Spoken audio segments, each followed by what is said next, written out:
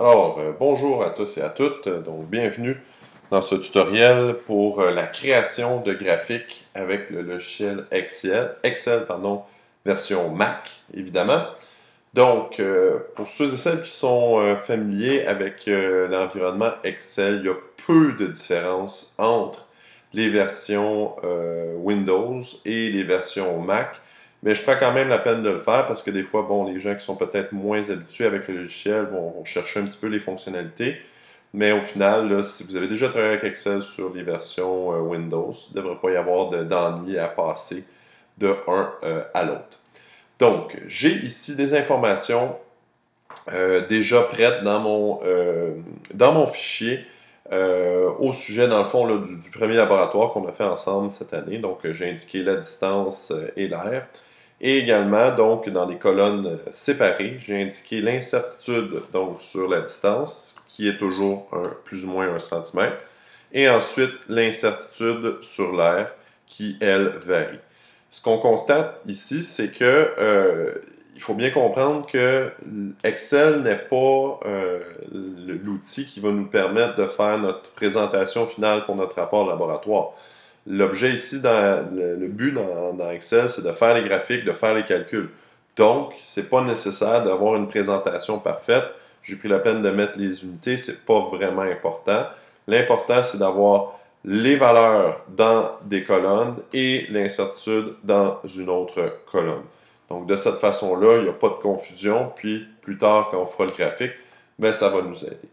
L'autre chose qui est particulièrement importante, c'est d'avoir, dans le fond, respecté un certain ordre au niveau de nos données. Donc, vous avez remarqué ici que dans la colonne la plus à gauche, la colonne A, donc j'ai la distance, et dans la colonne B, celle qui est plus à droite, j'ai la colonne de l'air. Je veux respecter toujours cet ordre-là pour faire en sorte que la colonne la plus à gauche représente les données en X et la colonne la plus à droite, les données en Y. Et par défaut, Excel va toujours réagir comme ça. Si vous sélectionnez des données, les données qui se trouvent toujours le plus à gauche prendront joueront le rôle du X et les données les plus à droite joueront le rôle de Y. Donc voilà, je pense que ça fait le topo là, pour la préparation. On peut désormais tout de suite se lancer et insérer un graphique. Donc la procédure est d'une simplicité déconcertante. La première des choses qu'on veut faire, c'est sélectionner l'ensemble des données. Et là, je ne parle pas des incertitudes, je parle seulement des données. On ne veut pas sélectionner non plus les titres, ce n'est pas nécessaire. Donc j'ai sélectionné les données ici. Par la suite, on va aller dans l'onglet graphique, ici en haut, et on va choisir donc de créer un nuage de points. On choisit toujours l'option de nuage de points la plus simple, donc celle qui est sans marque, avec aucune courbe ou de ligne déjà attitrée. Donc voilà, on a déjà notre graphique ici qui est pratiquement qui est fait pour nous. Là. Il nous reste simplement à ajuster les différents paramètres au niveau de la présentation et c'est ce qu'on va faire dans quelques instants. Mais d'abord, avant de se lancer, la première des choses que je veux faire, c'est peut-être avoir un peu plus d'espace pour travailler sur notre graphique. Donc, on va placer le graphique dans une feuille attitrée, de telle sorte que, à ce moment-là, le graphique va apparaître. Donc, je vais éviter les mises à jour, voilà. Donc, le graphique va apparaître dans une feuille tout seul. Pour ce faire, on peut faire un clic droit ou un clic avec deux doigts là, sur Mac, donc sur le contour du graphique et sélectionner l'option déplacer le graphique. Donc on va déplacer le graphique dans une nouvelle feuille, donc qui va s'appeler Graph 2, et je vais cliquer sur OK. Voilà. Et donc on obtient notre graphique ici, qui est beaucoup plus grand, donc ça va être beaucoup plus facile à travailler pour nous, ça va être beaucoup plus efficace. Et donc, vient le temps maintenant de travailler sur la présentation du graphique.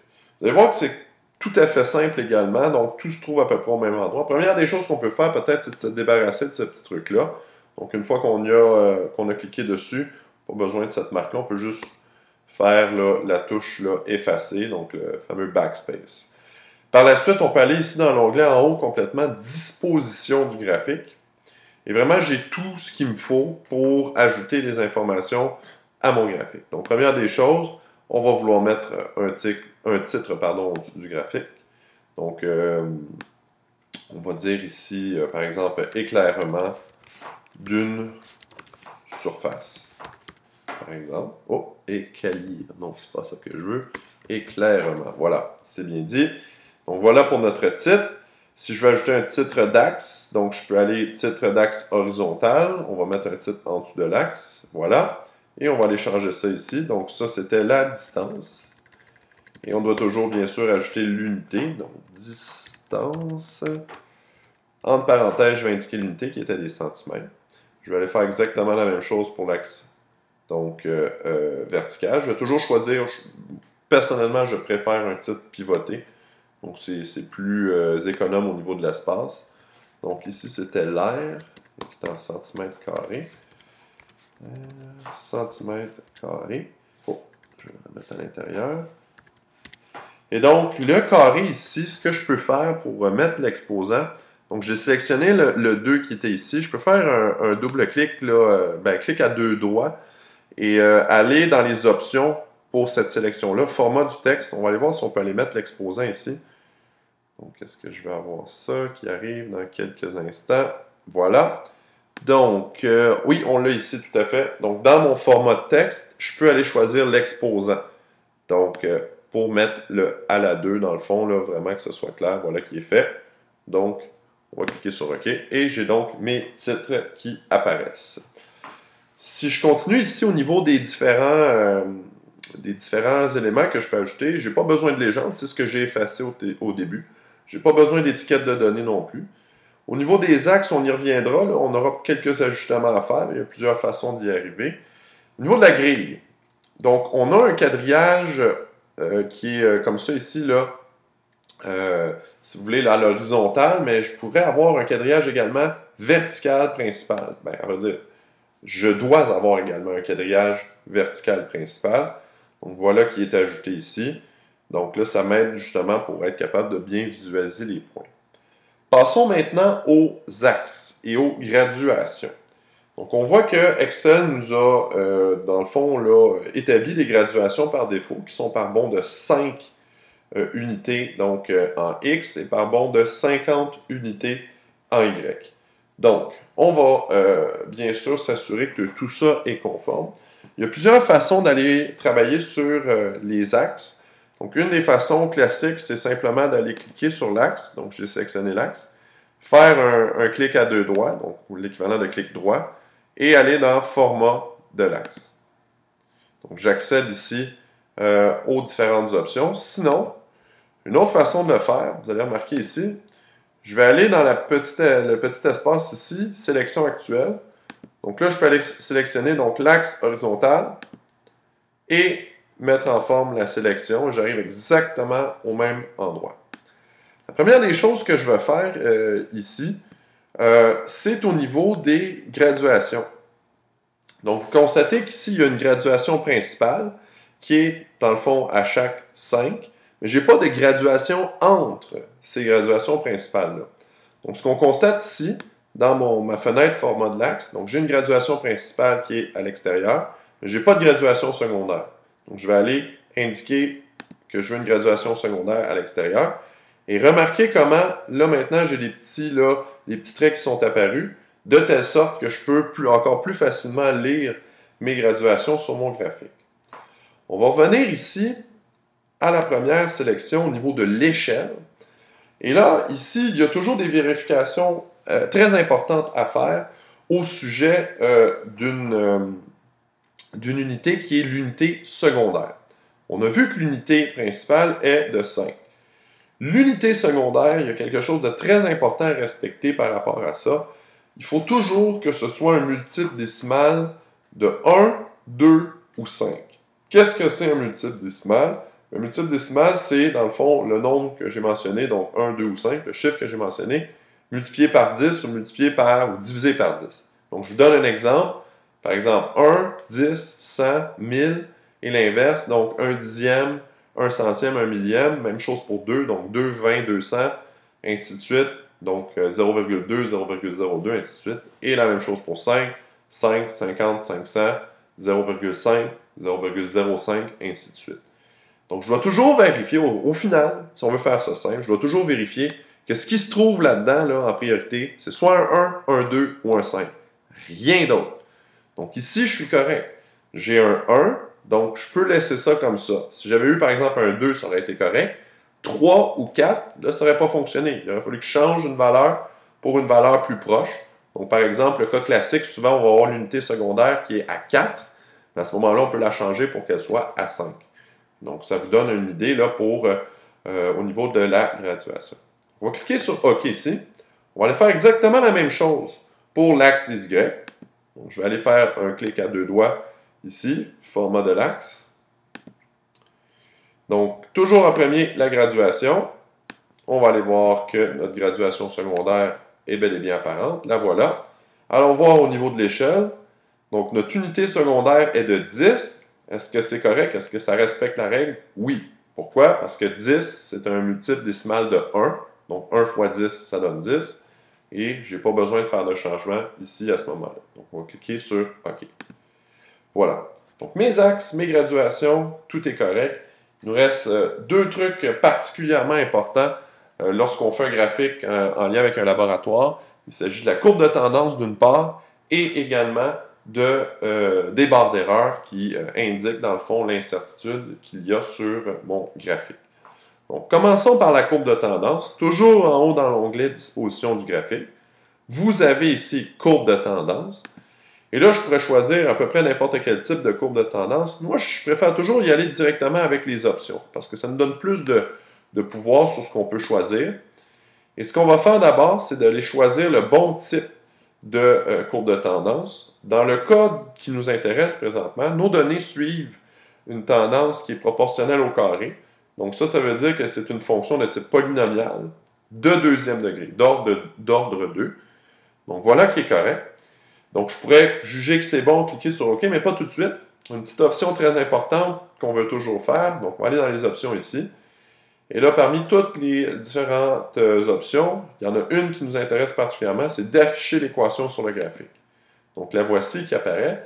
L'équation de la courbe de tendance va souvent révéler des informations très importantes lorsqu'on travaille sur un laboratoire. Donc on va créer un graphique et l'équation de la courbe de tendance va souvent nous donner un résultat à analyser. D'où l'importance de faire apparaître donc l'équation sur le graphique. Et voilà qui est fait ici. Voilà, donc je vais cliquer sur OK. J'ai donc ma courbe, j'ai donc mon équation. Donc, je suis presque prêt pour remettre mon graphique. Il s'agit maintenant d'ajouter une dernière chose qu'on appelle les barres d'erreur. Donc, vous ne serez pas surpris d'apprendre que les barres d'erreur se trouvent ici en haut, toujours dans la section Disposition. Donc, allons-y.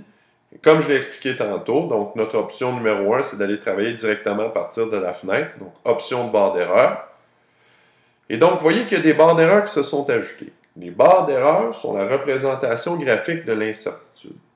Par défaut, le logiciel Excel travaille toujours à partir des barres d'erreur en Y en premier. Donc, on les voit ici, barre d'erreur en Y. Donc, et il met une valeur fixe de plus ou moins 1. Si vous vous rappelez ce que représentent nos données en Y, bon là ici, c'est l'aire de notre surface. Et rappelez-vous des incertitudes qui étaient variables. Donc l'incertitude n'est pas constante à plus ou moins 1. Elle est, dans le fond, variable. Donc on va choisir ici l'incertitude personnalisée. Et on va mentionner, dans le fond, spécifier une valeur. Donc vous avez ici valeur positive, valeur négative. Cette valeur-là doit être la même parce que ça représente, dans le fond, le fameux plus ou moins. Donc ces deux valeurs-là doivent être identiques. Donc, une fois que vous avez à définir ces choses-là, au lieu de réécrire les différentes valeurs, vous pouvez tout simplement retourner dans la feuille 1 et sélectionner l'incertitude de l'aire, parce qu'on est en Y, on s'en rappelle. Donc, j'ai sélectionné les incertitudes ici. Et je vais reprendre exactement le même processus. Donc, pour la valeur négative, sélectionner l'ensemble de mes incertitudes. Et je vais cliquer sur OK. Donc, on voit ici, on va le voir un peu mieux tantôt, que sur notre graphique, les barres d'erreur en Y, je vais faire OK ici, on va mieux le voir comme ceci. Les barres d'erreur en Y sont très petites au départ et de plus en plus qu'on avance dans le graphique, augmentent légèrement, ce qui indique évidemment que ça respecte exactement les incertitudes qu'on avait entrées dans notre tableau au départ. Maintenant, pour les incertitudes ou les barres d'erreur en X, je peux soit cliquer dessus, faire un clic droit et aller dans le format de barre d'erreur pour les ajuster, ou encore, si je fais la procédure que je vous ai indiquée tantôt, donc je peux aller sélectionner ici dans ma liste déroulante, donc série 1 barre d'erreur en X, et mise en forme de la sélection, j'arrive exactement au même endroit. Pour ce qui est des barres d'erreur en X, leur valeur est fixe à plus ou moins 1. Donc, dans ce cas-là, je pourrais laisser ici la valeur à 1. Donc, ce serait correct comme ça. Je n'aurais pas besoin vraiment d'y toucher. Sinon, si ça avait été des valeurs différentes, j'aurais répété le même processus. J'aurais été dans personnaliser, spécifier une valeur, etc. Je vais annuler ici parce que je n'ai pas besoin de ça. Je vais laisser ma valeur fixe ici. Donc, on aurait pu répéter le processus si on avait eu des valeurs distinctes, donc en X. Donc, je vais cliquer sur OK. Et donc, mon graphique ici est parfaitement donc, présenté. Il est complet. Et donc, il serait prêt à remettre là, ou à insérer dans mon rapport laboratoire. Juste une petite chose avant quelques commentaires finaux. La première des choses ici, vous remarquez que les points ici, parfois, surtout pour nos premières données, gênent un peu ce qu'on va. Je vais faire ici un zoom là, pour est-ce qu'on essaie de mieux voir la situation. On voit que les points ici là, sont plus gros que les barres d'erreur au départ, donc ça cache un peu les barres d'erreur. Alors, ce qu'on peut faire ici, on a plusieurs choix. On peut toujours aller dans Disposition du graphique, aller sélectionner la série 1. Voilà. Faire la mise en forme de la sélection. Et là, dans le fond, j'ai ici donc les différentes options. Donc, j'ai les barres d'erreur directement. Remplissage des marqueurs. On va aller ici, style de marque. Voilà. Donc, dans style de marque, je pourrais réduire la taille de mon point. Donc, je pourrais choisir, je ne sais pas moi, par exemple, le cercle. Et réduire complètement la taille de mon point. Je pense que le minimum, c'est 2 unités au niveau de la grandeur. Ou tout simplement, ce qu'on peut faire, je ne sais pas s'ils nous permettent de faire ça ici, aucune marque. Voilà. Donc, je vais faire aucune marque, OK. Et là, ce qu'on va voir, c'est que notre point bleu a complètement disparu, sauf que les barres d'erreur, elles, demeurent. Donc, on sait où est notre point, parce que le point se situe au croisement des 2 barres d'erreur. Donc, ça fait en sorte qu'on voit quand même très, très bien ce qui se passe. Puis, en plus de ça, on voit très bien les barres d'erreur. Donc, c'est une des choses qu'on peut faire pour faire en sorte de mieux voir là, ce qui se passe dans notre graphique lorsque les barres d'erreur sont très, très petites. Donc, voilà un truc. Je vais remettre ici le zoom à 100%. Donc, juste pour terminer là-dessus, au sujet des graphiques, la dernière étape, ce serait d'intégrer le graphique à votre rapport laboratoire. Pour ce faire, vous pourriez tout simplement donc, cliquer sur le contour de celui-ci, faire, dans le fond, copier, et d'aller dans votre document Word, en l'occurrence, et faire coller. Ou encore, sinon, ce que vous pourriez faire également, c'est faire imprimer directement à partir d'Excel votre graphique.